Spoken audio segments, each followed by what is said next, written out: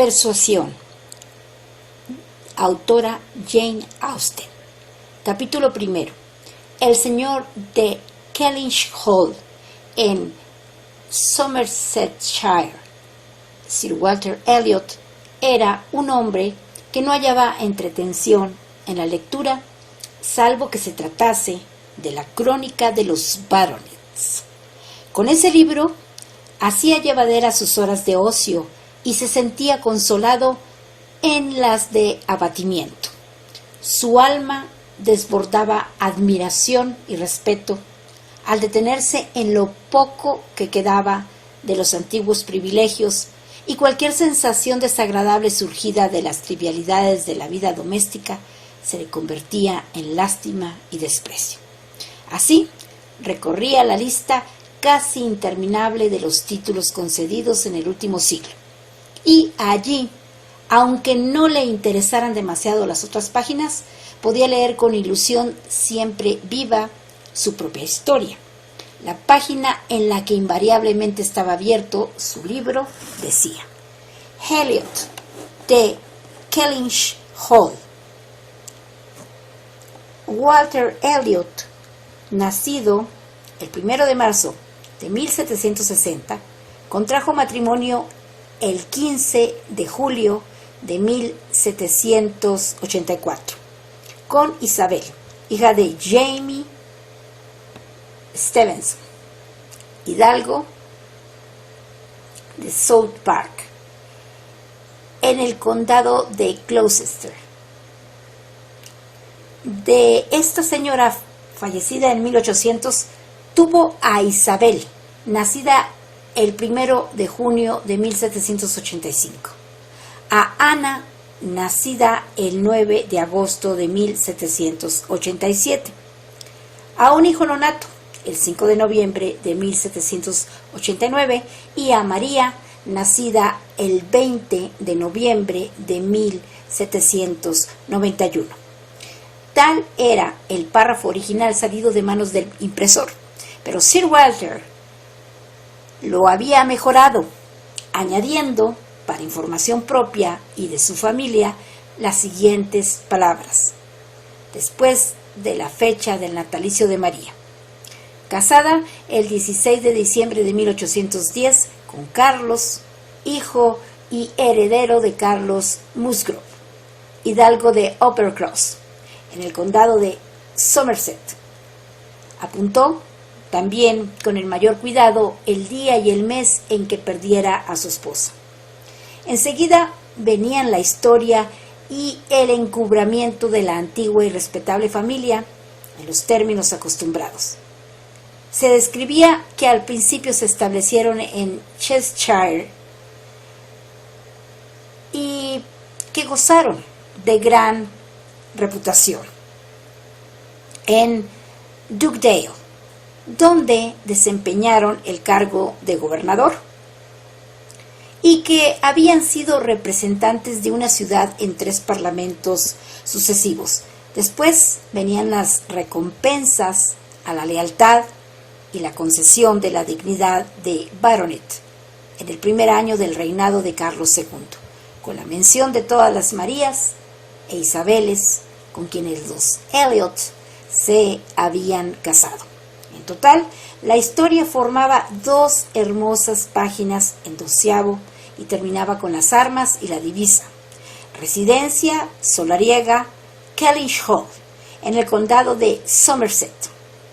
Sir Walter había agregado de su puño y letra este final: presunto heredero William Walter Elliot, hidalgo, bisnieto del segundo Sir Walter. La vanidad era el alfa y omega de la personalidad de Sir Walter Elliot, vanidad de su persona y de su posición.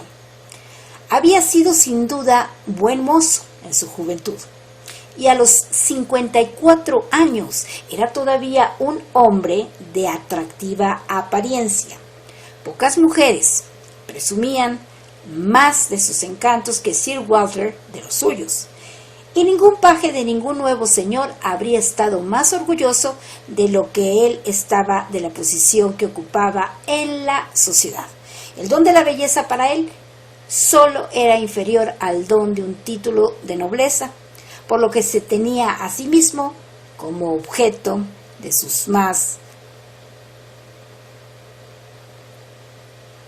calurosos respeto y devoción. Su buena estampa y su linaje eran poderosos argumentos para atraerle el amor. A ellos debió una esposa muy superior a lo que Sir Walter Elliot podía esperar por sus méritos. Lady Elliot fue una mujer excelente, tierna y sensible, a cuya conducta y buen juicio debía perdonarse la juvenil flaqueza de haber querido ser Lady Elliot, considerando que nunca más precisó de otras indulgencias. Su talante alegre, su suavidad y el disimulo de sus defectos le procuraron la auténtica estima de que disfrutó durante 17 años. Y aunque no fue demasiado feliz en este mundo, encontró en el cumplimiento de sus deberes, en sus amigos y en sus hijos motivos suficientes para amar la vida y para no abandonarla con indiferencia cuando le llegó la hora. 3 hijas de 16 y 14 años respectivamente. Las 2 mayores eran un legado que la madre temía dejar, una carga demasiado delicada para confiarla a la autoridad de un padre presumido y estúpido. Lady Elliot tenía, sin embargo, una amiga muy cercana, sensible y meritoria mujer que había llegado, movida por el gran cariño que profesaba a Lady Elliot, a establecerse próxima a ella en el pueblo de Kellynch. En su discreción y en su bondad puso Lady Elliot sus esperanzas de sustentar y mantener los buenos principios y la educación que tanto ansiaba dar a sus hijas. Dicha amiga y Sir Walter no se casaron. No obstante, lo que antecede pudiera inducir a pensarlo. 13 años habían transcurrido desde la muerte de la señora Elliot, y una y otro seguían siendo vecinos e íntimos amigos, aunque cada uno viudo por su lado. El hecho de que Lady Russell, de muy buena edad y agradable carácter, y en circunstancias ideales para ello, no hubiese querido pensar en segundas nupcias, no tiene por qué ser explicado al público, que está tan dispuesto a sentirse irracionalmente descontento cuando una mujer no se vuelve a casar. Pero el hecho de que Sir Walter continuase viudo merece una aclaración. Ha de saberse, pues, que como buen padre, después de haberse llevado un chasco en 1 o 2 intentos descabellados, se enorgullecía de permanecer viudo en atención a sus queridas hijas. Por una de ellas, la mayor, hubiese hecho en realidad cualquier cosa, aunque no hubiese tenido muchas ocasiones de demostrarlo. Isabel, a los 16 años, había asumido, en la medida de lo posible, todos los derechos y la importancia de su madre. Y como era muy guapa y muy parecida a su padre, su influencia era grande y los dos se llevaban muy bien. Sus otras 2 hijas gozaban de menor atención. María, la menor de ellas, consiguió una pequeña y artificial importancia al convertirse en la señora de Carlos Musgrove. Pero Ana, que poseía una finura de espíritu y una dulzura de carácter que la habrían colocado en el mejor lugar entre gentes de verdadero seso, no era nadie entre su padre y su hermana. Sus palabras no pesaban y no se atendían en absoluto sus intereses. Era Ana y nada más. Para Lady Russell, en cambio, Ana era la más querida y la más preciada de las criaturas. Era su amiga y su favorita. Lady Russell las quería a todas, pero solo en Ana veía el vivo retrato de su madre. Pocos años antes, Anna Elliot había sido una muchacha muy hermosa, pero su frescura se marchitó temprano. Su padre, que ni siquiera cuando estaba en su apogeo encontraba nada que admirar en ella, pues sus delicadas facciones y sus suaves y oscuros ojos eran totalmente distintos de los de él. Menos le encontrará entonces que estaba delgada y consumida. Nunca abrigó demasiadas esperanzas y ya no abrigaba ninguna de leer su nombre en una página de su libro predilecto. Ponía en Isabel, la mayor de las tres muchachas, todas sus ilusiones de una alianza de su igual. Pues María no había hecho más que entroncarse con una antigua familia rural, muy rica y respetable, a la que llevó todo su honor sin recibir ella ninguno. Isabel era la única que podría protagonizar algún día una boda como Dios manda. Suele ocurrir que una mujer sea más guapa a los 29 años que a los 20. Y por lo general, si no ha sufrido ninguna enfermedad ni soportado ningún padecimiento moral, es una época de la vida en que raramente se ha perdido algún encanto. Eso sucedía a Isabel, que era aún la misma hermosa señorita Elliot que empezó a ser a los 13 años. Podía perdonarse, pues, que Sir Walter olvidase la edad de su hija o, en última instancia, creerle únicamente medio loco por considerarse a sí mismo y a Isabel tan primaverales como siempre, en medio del derrumbe físico de todos sus coetáneos, porque no tenía ojos más que para ver los viejos que se estaban poniendo todos sus deudos y conocidos. El carácter huraño de Ana, la aspereza de María y los ajados rostros de sus vecinos, unidos al rápido incremento de las patas de gallo en las sienes de Lady Russell, lo sumían en el mayor desconsuelo. Isabel era tan vanidosa como su padre. Durante 13 años fue la señora de Kellynch Hall, presidiendo y dirigiendo todo con un dominio de sí misma y una decisión que no parecían propias de su edad. Por 13 años hizo los honores de la casa, aplicó las leyes domésticas, ocupó el lugar de preferencia en la carroza y fue inmediatamente detrás de Lady Russell en todos los salones y comedores de la comarca. Los hielos de 13 inviernos sucesivos la vieron presidir todos los bailes importantes celebrados en la reducida vecindad y 13 primaveras abrieron sus capullos mientras ella viajaba a Londres con el fin de disfrutar año tras año con su padre por unas cuantas semanas de los placeres del gran mundo. Isabel recordaba todo esto y la conciencia de tener 29 años le despertaba algunas inquietudes y recelos. La complacía verse aún tan guapa como siempre, pero sentía que se le aproximaban los años peligrosos y se habría alegrado de tener la seguridad de que dentro de 1 o 2 años sería solicitada por un joven de sangre noble. Solo así habría podido hojear de nuevo libro de los libros con el mismo gozo que en sus años tempranos. Pero a la sazón no le hacía gracia eso de tener siempre presente la fecha de su nacimiento sin acariciar otro proyecto de matrimonio que el de su hermana menor. Le hacía mirar el libro como un tormento y más de una vez, cuando su padre lo dejaba abierto encima de la mesa junto a ella, lo había cerrado con ojos severos y lo había empujado lejos de sí. Había tenido además un desencanto que le impedía olvidar el libro y la historia de su familia. El presunto heredero, aquel mismo William Walter Elliot, cuyos derechos se hallaban tan generosamente reconocidos por su padre, la había desdeñado.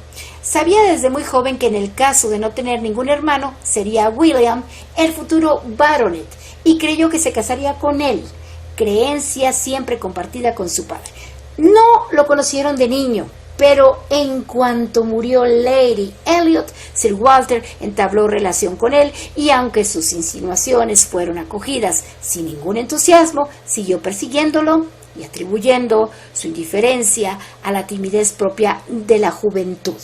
En una de sus excursiones primaverales a Londres y cuando Isabel estaba en todo su esplendor, el joven Elliot se vio forzado a la presentación.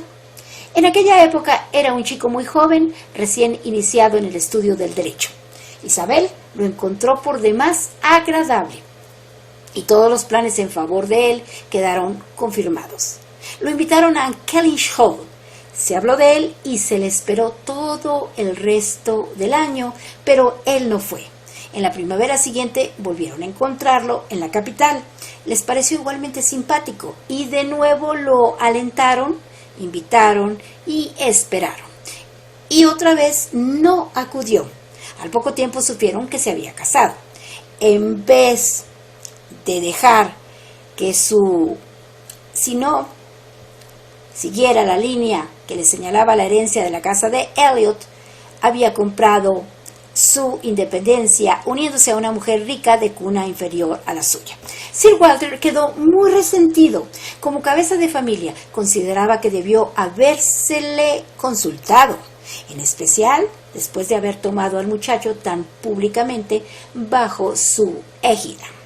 Pues por fuerza se les ha de haber visto juntos una vez en Tattersall y dos en la tribuna de la Cámara de los Comunes, observaba.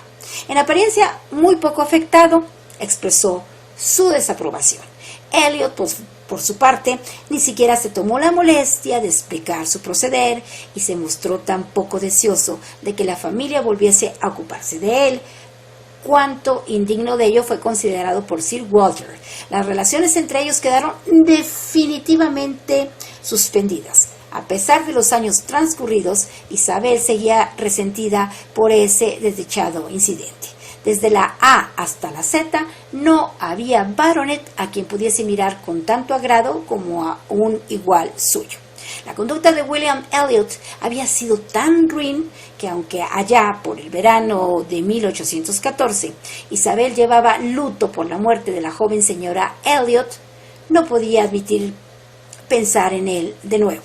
Y si no hubiese sido más que por aquel matrimonio que quedó sin fruto y podía ser considerado solo como un fugaz contratiempo,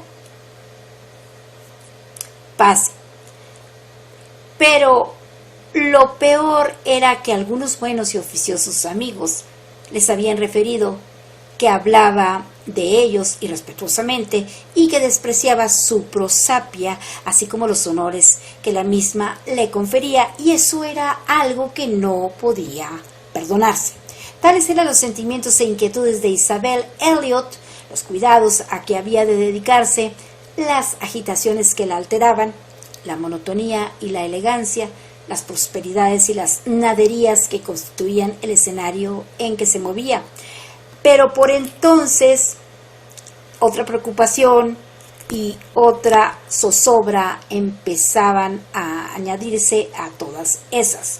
Su padre estaba cada día más apurado de dinero. Sabía que iba a hipotecar sus propiedades para librarse de la obsesión de las subidas cuentas de sus abastecedores y de los importunos avisos de su agente Mr. Shepherd. Las posesiones de Kellynch eran buenas, pero no suficientes para mantener el nivel de vida que Sir Walter creía que debía llevar su propietario. Mientras vivió Lady Elliot, se observó método, moderación y economía dentro de lo que los ingresos permitían. Pero con su muerte terminó toda prudencia y Sir Walter empezó a sucumbir a los excesos. No le era posible gastar menos y no podía dejar de hacer aquello a lo que se consideraba imperiosamente obligado. Por muy reprensible que fuese, sus deudas se abultaban y se hablaba de ellas tan a menudo que ya fue inútil tratar de ocultárselas por más tiempo y ni siquiera en parte a su hija.